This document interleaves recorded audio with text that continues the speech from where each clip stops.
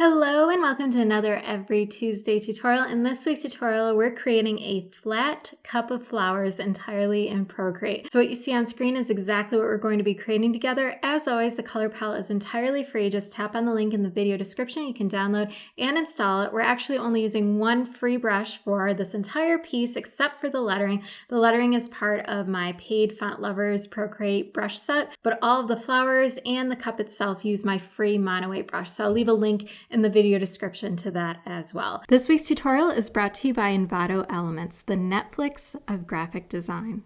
Envato Elements is packed with thousands of creative resources, making any project quicker and more professional. My favorite is their Procreate brush section, where you can download and install beautiful brushes and design elements in a snap.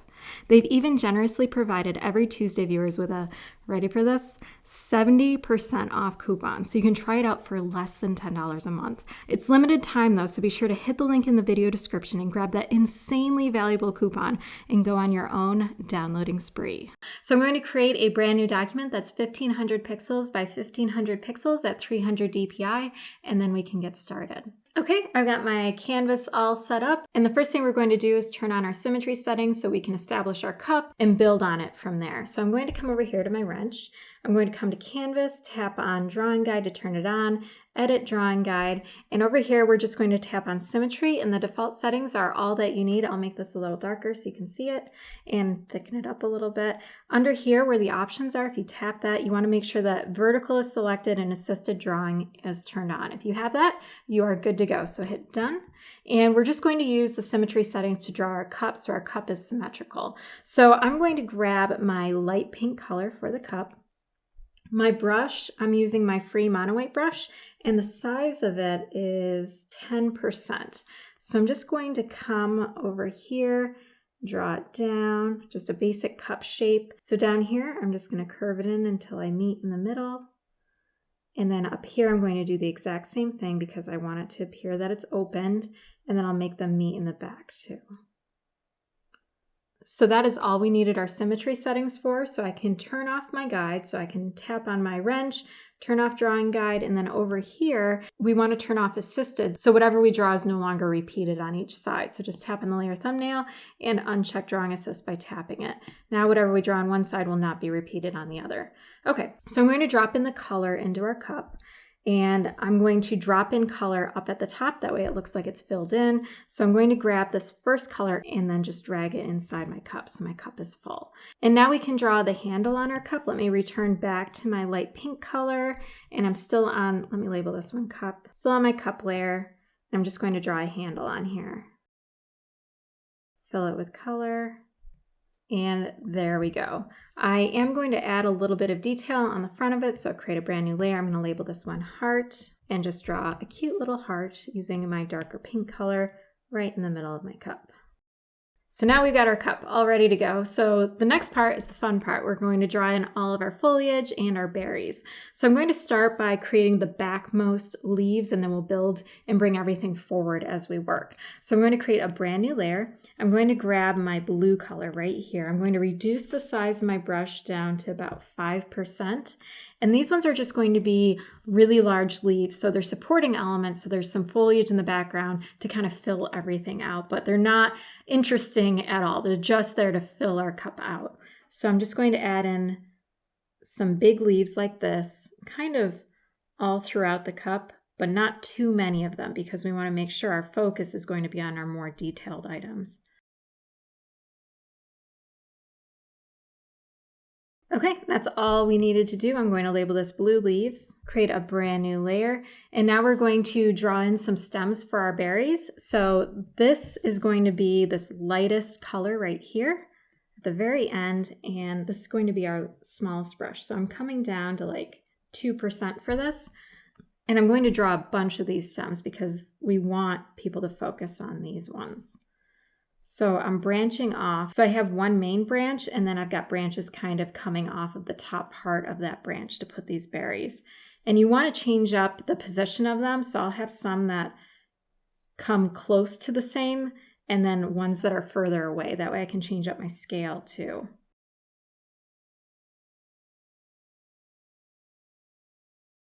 Okay, I'm going to move these over just a little bit. I realized they were feeling a little left heavy. Okay, so now we can put our berries on top of these. I'm going to label this layer branches and create a brand new layer. I'm going to grab my light pink color. I'm going to change the size of my brush to 5%, and I'm going to alternate where I'm going to put these pink berries. So I'll have maybe one there, but I'll have two here, and I'm changing up the size of them. So scale is changing and color is going to change on these just to make everything a little bit more interesting. Create a brand new layer. I'm going to grab my dark pink color and finish off the berries with this color.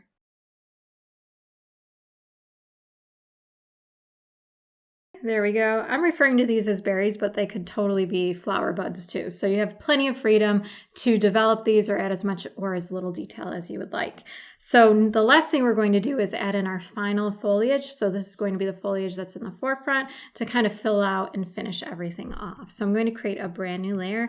I'm going to grab this fourth green color up at the top.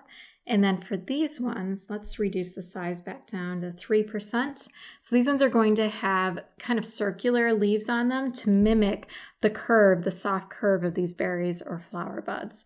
So I'm going to have one that's going to come up and be pretty prominent right in the middle. And it's just going to have that similar shaped leaf, and then it's going to alternate as it comes down the stem. Okay, fill this in with color, make sure everything is looking and feeling good. And I'm just going to add another one right over here.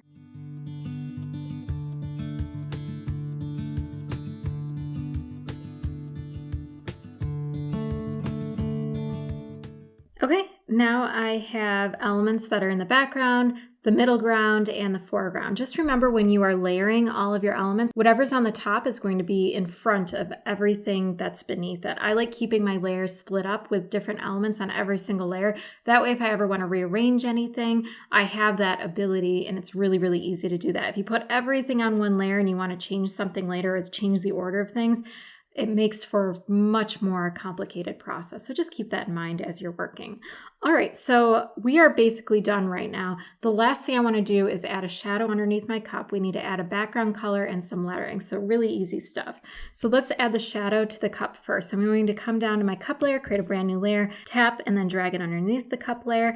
Label this one shadow. I'm going to grab that really dark color again, the very first one in the second row, and just draw an oval. And when you draw an oval, if you keep your stylus on screen and hold, it'll snap to a perfect oval. And then you can reposition it if you would like. You can see I've got my center nodes, so I can line those up with the center of the cup really easily. And now I'm going to drag color into there. And I'm going to leave this as a flat shadow because I really like this flat aesthetic, and I don't want to change that now that everything else is flat. So now let's add a background color. So just tap on background color down here. We're going to choose the second one in the second row. So it's kind of this really deep, rich plum color. And then you can add some lettering or just leave it as it is. I'm going to add a little bit of lettering at the very bottom. So I'm going to create a brand new layer up at the very top. I can label this one lettering and then add whatever messaging you would like. So I'm going to grab my lightest green color up at the top on the very end. I'm going to come to my Font Lovers lettering brush set, and I'm going to use my jittery ink brush and just write out whatever message you would like. If you want a little bit of extra help, it usually helps me to have a grid when I'm doing my lettering for this because I have a tendency to write uphill. So in order to do that, just hit your wrench, turn on Drawing Guide, hit Edit Drawing Guide. We're going to switch back to our 2D grid, and let's make this a little lighter so we can see it really well. I'm going to reduce the grid size down to let's see what 50 looks like. That looks good. And just hit Done. And now I've got nice straight lines that I can write on.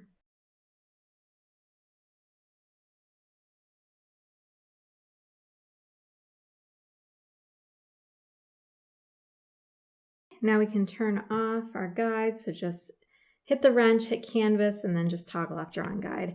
And then it's all set. So that's how to create a cup of flat flowers entirely in Procreate. Once again, links to everything mentioned in this tutorial are right in the video description, including the free color palette, the free brush, and that paid lettering brush. If you enjoyed this tutorial, please hit the like button, subscribe, and don't forget to hit the bell icon so you can be notified of new tutorials just like this one in the future. For more Procreate tutorials and freebies, head on over to my site, every-tuesday.com. You can also find me over on Instagram. My handle is everytuesday. If you try this out and post it there, I would love it if you tag me.